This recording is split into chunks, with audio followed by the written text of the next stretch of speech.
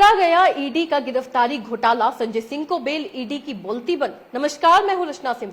कल संजय सिंह को जमानत नहीं मिली, बल्कि ईडी का गिरफ्तारी का घोटाला पकड़ा गया है। विपक्षी नेताओं को पकड़कर जेल में डालने की भूख आज सुप्रीम कोर्ट के एक सवाल के आगे हवा हो गई। सुप्रीम कोर्ट के सवाल और उसके सामने ईडी की चुप्पी। ईडी के मामले में गिरफ्तारी और लंबे समय तक बेल न मिलने के खेल से अदालत ने कल पर्दा हटा दिया। कल पता चल गया कि केवल बेल न देने के दम पर ईडी का भूत खड़ा किया गया है, ताकि आम आदमी से लेकर पत्रकार, नेता सब चुप हो जाएं। संजय सिंह के मामले में जिस तरह से ईडी ने चुप्पी मारी, उसे देखकर उन सभी के चेहरे याद आ गए जो ईडी के शिकंजे का शिकार हुए। न्यूज क्लिक के संस्थापक प्रबीर भी उसी समय गिरफ्तार किए गए थे जब संजय सिंह को गिरफ्तार किया गया था। प्रबीर के केस में भी वही हुआ था जो दिल्ली शराब घोटाले में हुआ। अमित चक्रवर्ती ने के सरकारी गवाह बनते ही उन्हें माफी मिल गई। दिल्ली शराब घोटाले में बेल मिलने के बाद सरकारी गवाह केजरीवाल का नाम लेता है और केजरीवाल जेल में डाल दिए जाते हैं। कल की हुई सुनवाई में संजय सिंह की ओर से पक्ष रखते हुए डॉक्टर अभिषेक मनु सिंघवी ने बताया कि कैसे जिस व्यक्ति के बयान के आधार पर गिरफ्तारी हुई, उसने उनका नाम लेने के पहले 9 बयानों में उनका नाम नहीं लिया था। संजय सिंह से पैसे की कोई बरामदी नहीं हुई है। इस मामले में दिनेश अरोड़ा नाम का वो व्यक्ति सरकारी गवाह बन गया। उसे ईडी द्वारा आपत्ति हटा लेने के बाद में अगस्त 2023 में बेल मिल गई। उस समय सुनवाई करने वाले कोर्ट ने कहा कि ईडी स्मार्ट बन रही है। सिंघवी ने बताया कि दिनेश अरोड़ा ने पहली बार न्यायिक हिरासत में भेजने के बाद संजय सिंह पर आरोप लगाए। उन्होंने कहा दिनेश अरोड़ा ईडी का स्मार्ट गवाह है और उसे माफी मिली है। जब संजय सिंह को 9 घंटे की पूछताछ के लिए ले जाया गया, उसके ठीक एक दिन पहले राघव रेड्डी और दिनेश अरोड़ा को कोर्ट ने बेल दे दी, ये कहकर कि वो इस मामले में सभी खुलासे करेंगे। यहां तक कि कोर्ट ने दिनेश अरोड़ा को उनकी 25वीं सालगिरह मनाने के लिए स्पेन जाने की अनुमति दे दी। कमाल है ना, जिस मामले में मुख्यमंत्री और उप मुख्यमंत्री जेल में सड़ रहे हो, वहीं दूसरी तरफ ये लोग सरकारी गवाह बनकर बेल लेकर स्पेन छुट्टियां मनाने जा रहे हैं। सुप्रीम कोर्ट में जस्टिस संजीव खन्ना, जस्टिस दीपांकर दत्ता और जस्टिस पीवी पराले की बेंच ने बस इतना पूछ दिया कि आपके पास 2 करोड़ रिश्वत लेने के मामले में क्या सबूत है? हमें नहीं लगता कोई सबूत है। संजय सिंह के खिलाफ मनी लॉन्ड्रिंग का केस बनता भी है या नहीं? कोर्ट ने कहा 6 महीने हो गए, अब जेल में रखने की क्या जरूरत है? जस्टिस खन्ना ने कहा कि दिनेश अरोड़ा ने शुरू में संजय सिंह के खिलाफ कोई बयान नहीं दिया, बाद में दिया, लेकिन सच ये है कि इस मामले में पैसों की बरामदगी नहीं हुई। आप इस मामले में लंच के बाद निर्देश लेकर आइए। साथ ही कोर्ट ने यह भी कहा कि अगर आप जमानत का विरोध करते हैं तो आपको सारे दस्तावेज दिखाने होंगे। हम उसके आधार पर देखेंगे क्या संजय सिंह के खिलाफ केस बनता भी है या नहीं। इतनी सी बात पर ईडी चुप हो गई। वो बता भी तो सकती थी, दस्तावेज दिखा भी तो सकती थी कि 6 महीने में आखिर उन्हें क्या कुछ पता चला। 6 महीने में क्या उन्हें इतना नहीं पता चला कि कहां से और किससे रिश्वत संजय सिंह को मिली है? इसी को लेकर संजय सिंह के वकील ने क्या कुछ कहा, आप इस क्लिप को देखें।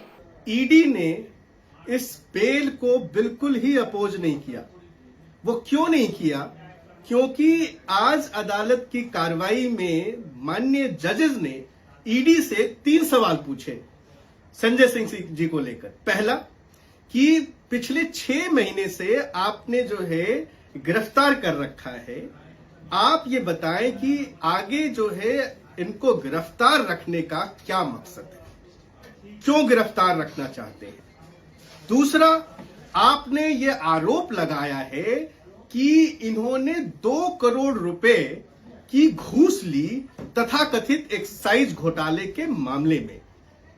आपके पास इस बात का क्या प्रमाण है? और अगर ऐसा है तो क्या जिस व्यक्ति का नाम सीबीआई की चार्जशीट में नहीं है, जिस व्यक्ति का नाम पिछले 5 चार्जशीट में नहीं आया, जिस व्यक्ति का नाम जिसके बयानों के आधार पे एक्यूज बनाया गया है, वो अपने दिए गए 8 बयानों में कोई जिक्र नहीं करता और अचानक जो है 9वें बयान में वो नाम लेता है, तो इन सब चीजों को देखकर ऐसा लगता है कि संजय सिंह जी के खिलाफ प्रिमा फेसाई जो है वो कोई केस नहीं बनता है। आप हमें बताएं, अदालत को इन सारे सवालों का जवाब दें और ये मामला जो है वो लंच के बाद जो है रखा जाता है।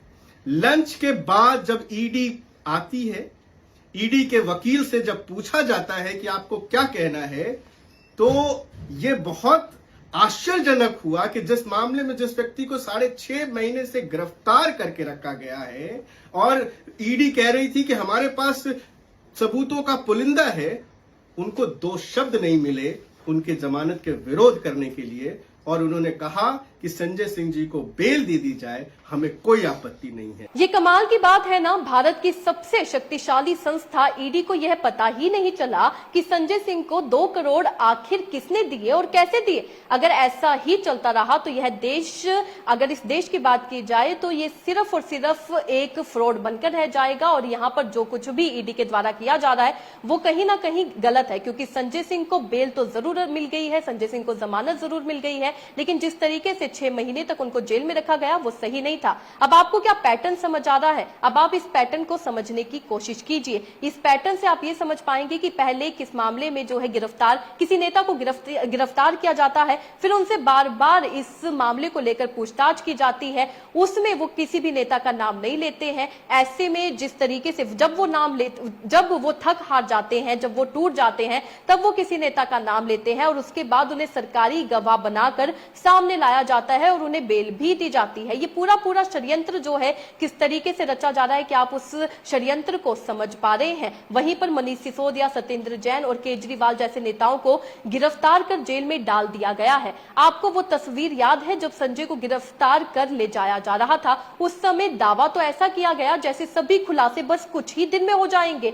वही क्या आरोप लगाए गए थे, और आपको याद है कि क्या ईडी ने कोर्ट में संजय सिंह की जमानत का विरोध करते हुए कहा था कि वह मुख्य साजिश करता है, और इस समय अरविंद केजरीवाल उन्हें मुख्य साजिशकर्ता दिखाई दे रहे हैं। वहीं पर एक और हैरान कर देने वाले मामला जो है वो सामने आई है, बात सामने आई है। प्रधानमंत्री ने तमिल चैनल में ईडी को लेकर जो कहा वो काफी खतरनाक है। पहले आप उनका बयान सुने, उन्होंने क्या कुछ कहा। उन्होंने कहा कि ऐसा है जिस भी पॉलिटिशियन का होगा केस चलेगा, आप मुझे बताइए, एक केस बताएं कि भाई इसका केस ईडी ने बंद कर दिया हो, और ईडी का केस ईडी खुद कोई केस नहीं कर सकती। आपको पता है 150 से ज्यादा कोर्ट मैटर बने हैं जो पीएमएलए खत्म करो इसको लेकर, किसी अफसर की पोस्टिंग रोकने के लिए सुप्रीम कोर्ट, किसी अफसर को ना हटाने के लिए सुप्रीम कोर्ट, यानी ईडी काम ना करे इसके लिए अदालतों को एक बहुत बड़ा और हथियार बनाने की कोशिशें हुई हैं, क्योंकि उनको मालूम है कि भ्रष्टाचार के खिलाफ मोदी की जो लड़ाई है वो रुकने वाली नहीं है। तो उनको लगता है कि इस एजेंसी के कानून को ही खत्म कर दो